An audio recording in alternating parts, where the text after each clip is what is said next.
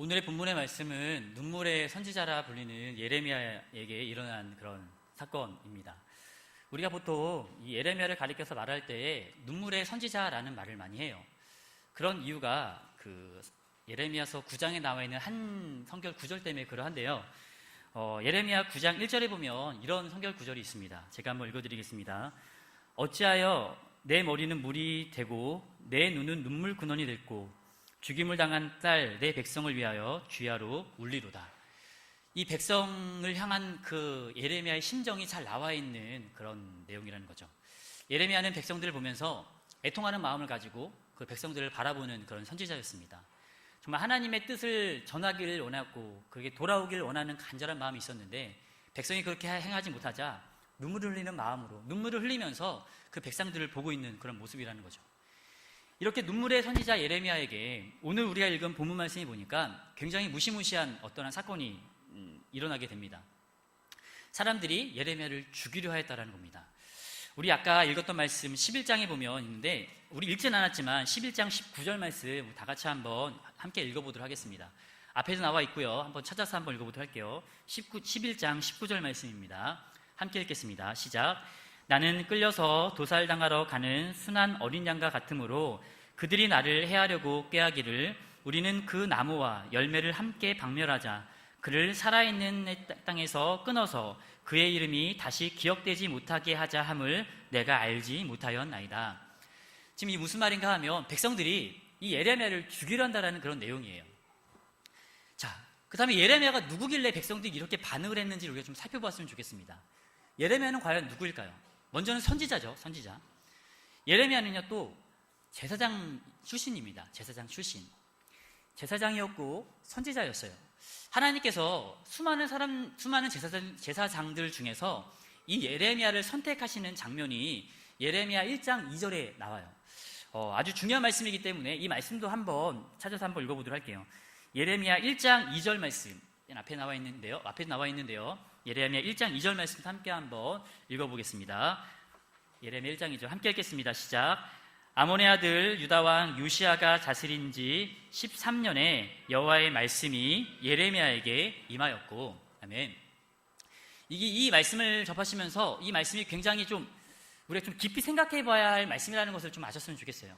수많은 사람 중에서 이 제사장 이 예레미야를 하나님이 선택하시는 그런 장면입니다. 근데 이것이 왜 놀라운가 하면 지금 나와 있는 이 왕 요시야라는 왕이 다스리는 그때에 하나님의 말씀이 예레미야에게 임한 거예요. 임할 수 있죠. 임할 수 있는 것, 언제 어느 순간에 임하는 것 다 당연합니다. 그럴 수 있습니다. 그런데 그렇다면 이 요시야라는 왕이 어떤 왕인지를 좀 알면은 이 본문을 접하는 것이 왜 이랬을까라는 궁금증을 좀 가져올 수 있는 부분일 수 있을 것 같아요. 요시야라는 사람이 어떤 사람이었는가 하면요, 성경 유다 왕들 중에서 굉장히 의로운 왕 중에 속한 왕이었습니다. 하나님이 이 요시야가 죽었을 때 그에 대해 말하기를 선한 사람, 하나님의 말씀을 온전히 지켰던 사람이라는 표현으로 이 요시야 왕을 설명해요. 성경에 나와 있고요. 그럼 요시야라는 왕이 어떤 왕인지를 좀 더 살펴보면요, 이 사람은 8살의 왕이 되었던 인물이었습니다. 8살이 왕이 되어서 정말로 어떻게 행했을까요? 정말로 어떻게 보면 그 윗사람들의 말에 이끌려서 정말로 악을 그냥 반복해서 행하는 삶을 살 수 있었는데도 불구하고 이 요시야라는 왕이 얼마나 대단했는가 하면요, 왕이 된 지 8년 만에, 즉 16년, 자기 나이 16살에 하나님을 찾게 됩니다. 이 말은 무슨 말인가 하면 하나님을 만났다라는 것을 의미하겠죠. 그로부터 왕이 된 지 12년 만에, 즉 그의 나이 20살 때 어떤 일을 행했는가 하면요, 산당을 제했어요. 아세라 목상을 부셨습니다. 그리고요, 바알의 그 제단들을 헐고 태양상들을 다 꺾어버리는 일들을 이 요시야라는 왕이 행했다라는 겁니다. 그의 나이 20살 때요. 이것이 과연 쉬웠을까요? 20살이라는 데는 지금 보면은 20살이면 성인이라고 우리 치고 무시하지 잘 안 하죠. 하지만 20살이 되는 그 사람이 왕이라는 그 자가 이런 일을 행했다라는 것이, 물론 왕이었기 때문에 아주 담대하게 행했을 수도 있어요. 어렵지 않게 했다고 생각할 수도 있습니다. 하지만 굉장히 어려웠다는 것을 우리가 좀 알았으면 좋겠어요. 왜냐하면 지금 백성들이 세워뒀던 그 모든 우상들은 단시간 내에 세워진 우상들이 결코 아니었다라는 겁니다. 이 요시야의 할아버지죠. 므낫세라는 사람이 55년이라는 기간 동안 왕 노릇을 하였어요. 그래서 성경에서 보면 가장 이스라엘 이 유다 왕들 중에서 가장 악했던 왕 중에 한 사람이 바로 이 므낫세라는 왕입니다. 물론 말년에 그가 정신을 차리고 겸비하였다라는 그런 구절은 있지만 그가 얼마나 악했는가 하면요, 왕으로서 하나님이 세워주신 그 나라의 왕으로서 어떻게 살았는가 하면요, 우상을 만들어요. 바알과 아사라를 막 섬기는 겁니다. 그 왕이란 사람이. 한 나라의 왕이 우상을 섬겼다고 생각을 해보십시오. 이것은요, 백성들로 하여금 나도 우상을 섬겨도 된다는 것을 백성들로 하여금 인정하는 그 말밖에 안 되는 거예요. 왕이 섬기는 것은요, 백성들도 그렇게 해도 된다는 것을 말해주는 그런 부분이었다는 겁니다. 므낫세가 55년이라는 기간 동안 왕이 되었고요. 그 뒤로 그 아들이 2년 동안 왕이 되고 죽어요. 그리고 이 므낫세의 손자인 요시야가 8살에 왕이 된 겁니다. 아버지가 반란을 당해서 죽게 되는 거예요. 자, 이런 상황이라는 생각해 보십시오. 지금 백성들에게 있어서 야세라 목상과 바알 또 이 제단들은요, 자신에게 있어서 어떻게 보면 굉장히 소중한 물건일 수 있다는 거예요. 어떤 사람에게 있어서는 이것은 재산과도 같은 것일 수 있습니다. 자신을 지켜주는 수호신이었어요. 그런데 그렇게 소중하게 여겨져 오던 그 제단과 모든 우상들을 어느 날 20살이 된 어떤 왕이 다 부신다고 생각을 해보십시오. 나와 상관없는 것이라 한다면 부숴도 아무 상관없을 거예요. 하지만 나의 것이라고 생각을 해보십시오. 어떻게 반응을 했을까요? 굉장히 반발도 분명 들었을 거라는 겁니다. 이 아버지는 아까 말씀드렸지만 2년 동안 왕을 지내면서 배반을 당해서 죽어요. 반란으로 자신의 아버지는 죽임을 당했어요. 지금 이 상황도요, 20살이 되어서 자신의 뜻대로 이것을 했을 때, 모든 사람의 동의 없이 이것을 진행하였을 때 사람들의 반발이 있었고 반란도 분명 있을 거라는 겁니다. 그러함에도 불구하고 이 요시야라는 사람이 20살이 되어서 이 제단을 헐고 우상을 부서뜨리는 일을 하였다라고 성경은 말하고 있어요. 왜 하였을까요? 하나님이 기뻐하셨기 때문이었습니다. 하나님께서 원하시는 것이었기 때문에 그것을 강행하였다라는 것을 우리는 아셔야 한다는 거예요. 이런 왕이 바로 요시야 왕이었습니다. 이뿐만이었을까요?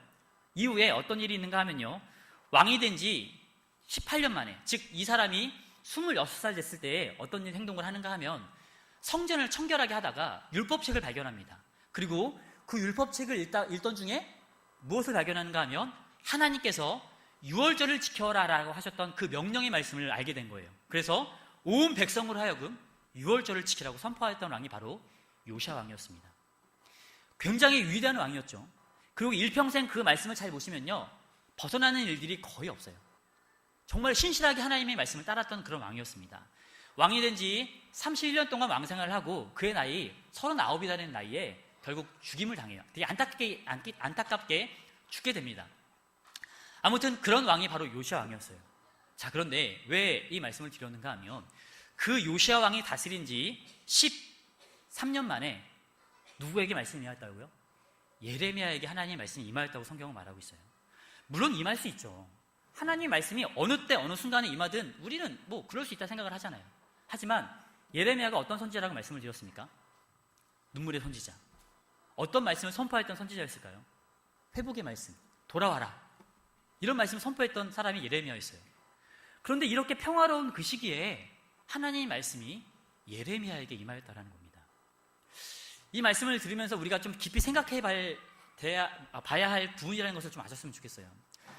오늘날도 어떻게 보면요, 믿음 생활하기에, 물론 젊은이들에게 있어서 믿음 생활하는 어려운 시대인 것은 분명해요. 왜냐하면 갈수록 믿는 사람들이 좀 많이 없어요. 젊은이들.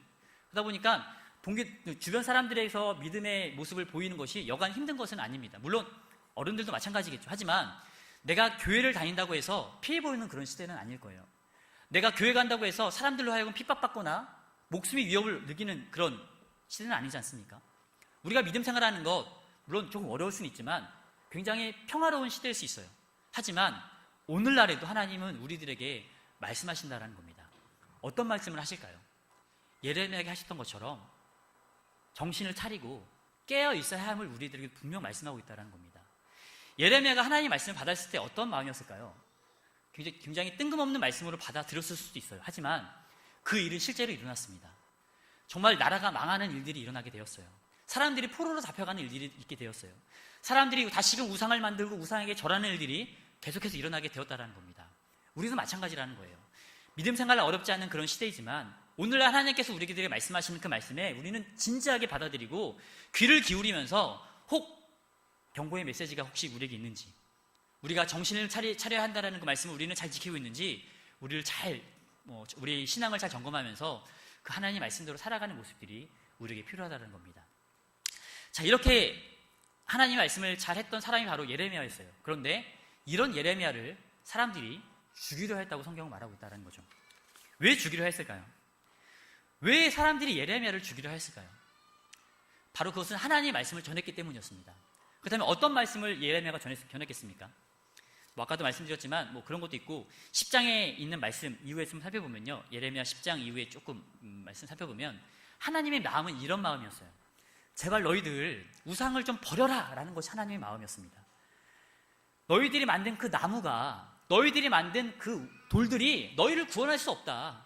그러니 제발 어리석게 그 너희들이 만든 그 우상에게 절하지 말고 제발 나에게 좀 돌아와라 라고 말씀하시는 것이 하나님의 마음이었어요. 그 마음을 지금 예레미야가 대신 전하고 있는 것이었습니다. 그랬더니 이 말씀을 전해들은 사람들이 어떻게 반응하는가 하면 말씀을 들으려 하지 않아요. 더 이상 너는 나에게 말씀 전하지 마! 라고 말하는 것이 그 사람들의 반응이었다는 겁니다. 더 나아가서 너 말씀 전하면 내가 너 죽여버릴 거야 라고 하는 것이 그 사람들의 반응이었다는 것이에요. 자, 하나님의 말씀을 거부하는 것도 좀 너무나 안타깝고 너무 놀라운데요, 더 놀라운 것은요, 그 말씀을 받아들이는 사람들이라는 겁니다. 지금 이 말씀을 받아들이는 그 자들이 누구인지 아십니까? 이스라엘 백성들이긴 한데 어느 지역 사람들인지 아세요? 오늘 제목에 나와 있는 바로 아나돗이라는 사람, 아나돗 지역에 있는 사람들이라는 겁니다. 아나돗은 어떤 곳인가 하면요, 이 제사장 예레미야, 선지자 예레미야의 고향이에요. 조금 더 이 아나돗의 설명을 드리면 여호수아서에 보면 이스라엘 백성들이 이제 출애굽을 해가지고 가나안 땅에 들어가죠. 그때 하나님께서 12지파로 하여금 땅을 다 분배하여 나눠주십니다. 그때 레위 지파들은요, 땅을 분배받지 못했어요. 그러자 레위 사람들이 우리도 살 곳을 주십시오 라고 요청을 하자 하나님께서는 어떻게 말씀하셨는가 하면 12지파에게 말씀하신 거예요. 12지파 너희들이 이 레위 사람들에게 땅을 나눠주도록 하여라 라고 말씀을 하세요. 그래서요, 각 지파들이요, 자신의 속해 있는 땅 중에서 이 레위 지파들이 살 수 있는 그 성읍들을 나누어 주었어요. 그 중에 하나가 바로 이 아나돗이라는 지역이 베냐민 지파 사람들이 레위 사람들에게 준 성읍입니다. 그런 곳이에요. 즉, 이 아나돗이라는 곳은 어떤 곳인가 하면요, 제사장들이 사는 곳이에요. 제사장들, 또 제사장들뿐만 아니라 레위 사람들을 하면 하나님의 일을 하는 사람들이죠.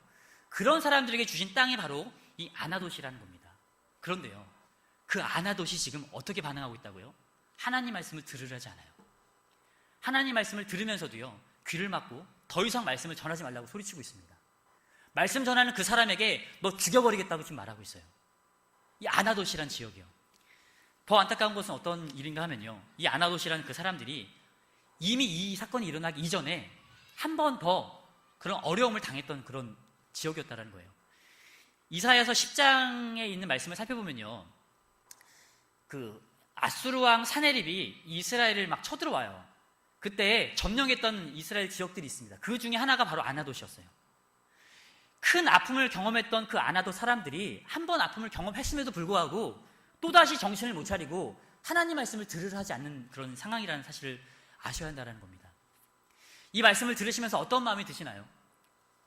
어찌 감히 하나님 말씀을 거부할 수 있을까라는 그런 마음이 좀 들어요. 그리고요, 더 안타까운 것은 그 말씀을 듣는 그 지역 사람들이 아나돗 사람들이래요. 더 안타까운 것은 한 번 이미 하나님으로부터 큰 벌을 받았음에도 불구하고 또다시 정신을 못 차리고 또다시 악을 저지르는 행동을 하고 있다는 것을 좀 볼 수가 있는 부분이라는 겁니다. 자, 이 말씀, 분명 이것은 제사장들이 살고 있는 아나돗 지역들을 향한 말씀인 것은 분명해요. 자, 그런데요, 이것이 과연 제사장들, 성직자들에게 해당되는 그런 말씀이라고 보시나요? 물론 먼저는 성직자들에게 해당되는 그런 말씀인 것은 분명합니다. 성직자들이 하나님 말씀을 받은 그런 교육자들이 이 말씀을 듣고 정신을 차리고 다시 하나님 말씀으로 또 새로워지는 모습이 분명 필요해요. 그런데 단순히 이것은 성직자들에게 해당되는 말씀이 아니라는 것을 아셔야 합니다. 하나님께서 그 12지파에게 땅을 분배하시고 레위 지파들은 너희들이 나눠주라고 하셨던 그 이유가 무엇인지 아십니까?